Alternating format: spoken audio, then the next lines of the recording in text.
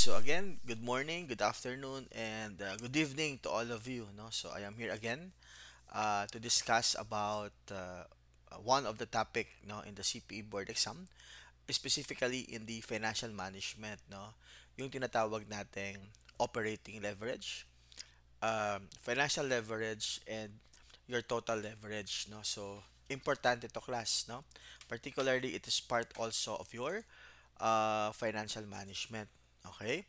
Yung tinatawag nating uh, leverage, no? So, ano ba class ang ibig sabihin ng leverage? Usually, ito ay risk. 'Diba? Utang, no? So, in your financial statement analysis, no? Ito daw ay utang, no? It is leverage, ito ay utang, no? That's why you have your debt divided by your assets. Kung malaki class yung debt mo sa assets mo, ibig sabihin you cannot be able to pay for your utang, 'di ba? But now, no, our focus is about leverage, no? There are two kinds. Number one, you have here what you call your operating leverage. Alright? You have also here yung tinatawag nating financial leverage. Alright? And the last one, yung tinatawag nating combined leverage. Okay? Sa ibang libro, combined leverage or it is also known as total leverage. So ito class yung ating gagawin, no? Ito yung ating discussion for today, no? About the leverage. Okay, let's start. Okay. We go first with our um, we go first with our operating leverage, no? Ano ba class ang ibig sabihin ng operating leverage? Okay? First of all, from the word itself, operating, no? It measures, all right, so it measures your operating risk. All right. My question, ano bang ibig sabihin ng operating risk? That would be your day-to-day operation. Kaya nga class, yan ay operating risk. Yan class yung ginagawa nyo sa company. Yan yung ginagawa mo sa company. Kaya nga day-to-day operations. It measures your operating risk. Okay. How do we compute for this one, no? So, ano yung computations natin pag tayo ay nag-compute ng operating leverage? May formula tayo dyan, class, no? Degree of operating leverage can be computed as your contribution margin. Alright. Contribution margin, and it is to be divided by your EBIT, earnings before interest and taxes. Earnings before interest and taxes. Or tinatawag din tong EBIT. Okay. You have also another formula in computing for the degree of operating leverage. Ano yung class? Change percentage or in peso of your uh, EBIT divided by change percentage peso man yan of your sales. Meaning to say, in every change in your earnings, in any change in your sales, there would be corresponding change in your earnings before interest and taxes. Yan ang ibig sabihin niyan, class, no? There would be change in your earnings per share. Okay? Later, class, no? We will have more problem, no? Or discussions, no? About the degree of operating leverage. Okay. Next one. We have also here yung tinatawag nating financial leverage. Okay. So what do you mean, class, of financial leverage? It also measures, okay? It measures the financial risk. Okay. So what do you mean, class, of financial risk? Sorry. Financial risk, that would be your interest. Okay? Interest risk or finance risk. Kaya nga class, may tinatawag din tayong interest charges or interest. Okay. Ano class yung interest risk or finance risk? Dalawa lang yan, no? Yung tinatawag nating interest expense. Okay? And number two, yung tinatawag din nating preferred stock dividends. Okay. You have your interest expense and we have also here your preference shareholders or preferred stock dividends. My question, sir, bakit po yung preferred stock dividends is to be considered as financial risk? 'Di ba in our equity, it is considered as part of the equity, no? On the part of financial management, preferred stock dividends daw ay liability. Why? Ano ba ang silbi ng preferred stock dividends? You will just wait, no, for the dividends. Wala nang iba. Unlike in the common or ordinary shares, may apat tayo, di ba? Apat na rights yung ordinary shares. Ano nga yun? Right to be elected as board of directors or to be part of the board of directors, right to vote. Number three, right to purchase additional shares. That would be your preemptive right. And the last one is right to receive dividends.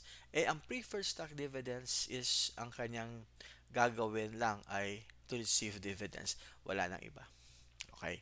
That's why the preferred stock dividends is considered as financial risk. Okay? Pero class ito, we assume na ito ay net of tax. That's why we divide it by 1 minus tax. So, yan class yung ating formula. 1 minus tax. Okay. Alright. So, in terms of this financial leverage, no, with this, so how do we compute for this? Number one, degree of financial leverage can be computed as change percentage, no, sorry, mali. Ito yung number 2. Number 1 muna tayo, no? Number 1 formula. Okay? So, number 1 formula is that the degree of financial leverage is that it is your earnings before interest and taxes divided by earnings before interest and taxes minus your finance charge. Ano nga yung finance charge? Your interest expense, okay, minus your preferred stock dividends, and you will divide it by 1 minus tax. Ibig sabihin, earnings before interest and taxes minus your interest expense and preferred stock dividends. Sir, paano nga mag-compute ng interest expense? Yung walang kamatayang interest is equals to principal times rate times time.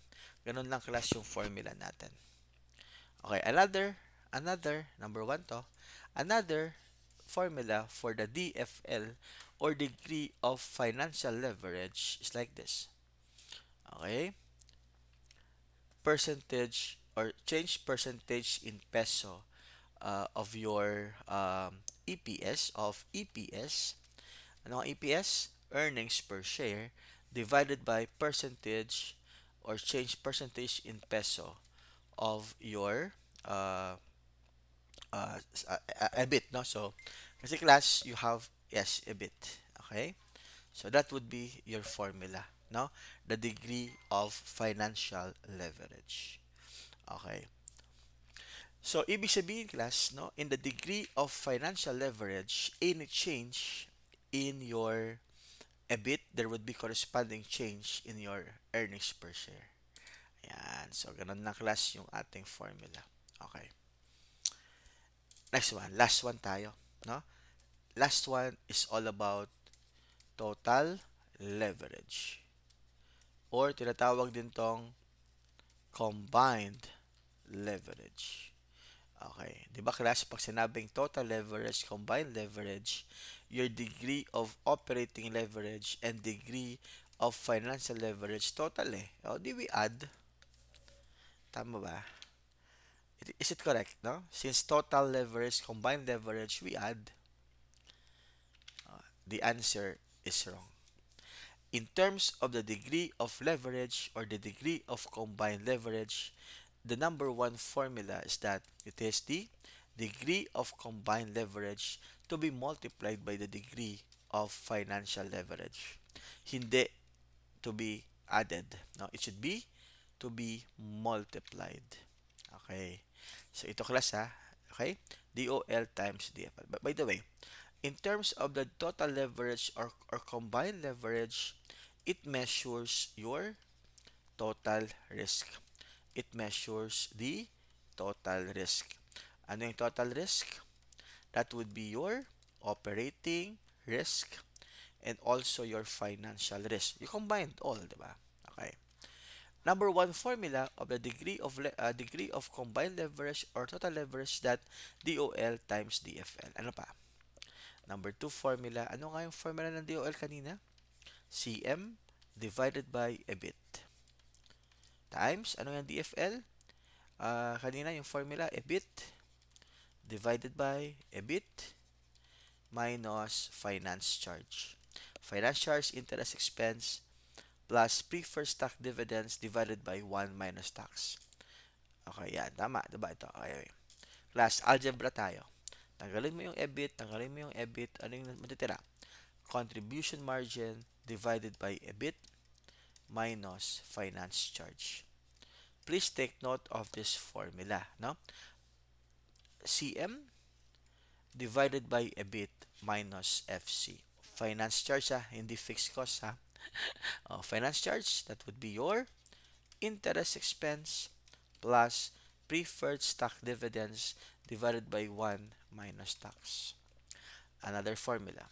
Ano nga yung formula ng degree of operating leverage? Percentage change in peso of your EBIT divided by percentage change in peso of your sales. How about your DFL? Percentage change in peso of your sorry, mali pala ako kanina, no? Sorry. Kaya habang para may mali, no? It should be sales, okay? So it should be EPS divided by sales, okay? And okay. So that would be your sales, no? So you have your percentage uh, percentage change, no, of your DFL. Okay? All right. So kanina kasi ang ating ginawa ay EPS. Okay, baliktad, no? So you have the percentage change of your earnings per share divided by your sales. Okay? So ibig sabihin, class, no, in terms of the DFL, no, same rin class percentage, tama pala. Ako yung nalito. Sorry. I stand corrected. Still, you have your EBIT. No? Okay. So again, percentage change of EPS and you have your EBIT. Okay. Nalito na si sir. Nalito na. Anyway, tama. Tama yung kanina. Percentage change of your EPS divided by percentage change in peso of your EBIT. Again, sorry. I stand corrected. Uh, Kinorek ko lang yung tama kanina. Okay? Again, yung formula niya ay tama din, no? Okay, same na to. Tama lang, no? Hindi ko pala alam. So, class, ibig sabihin, tanggalin mo yung EBIT, tanggalin mo yung EBIT. Ano matitira? Percentage change in peso of your EPS divided by percentage change in peso of your sales. Okay? Nalito ako kasi because of the rounding of the ano. Tama pala, tama. So, ito yung class yung formula, no? Ito class yung formula natin in total leverage, no? DOL times DFL. Then we have your CM divided by EBIT minus FC. Then you have the formula of change percentage of peso of the EPS divided by change percentage peso of sales. So, yan. So, ito ko yung formula, class, ha? Okay?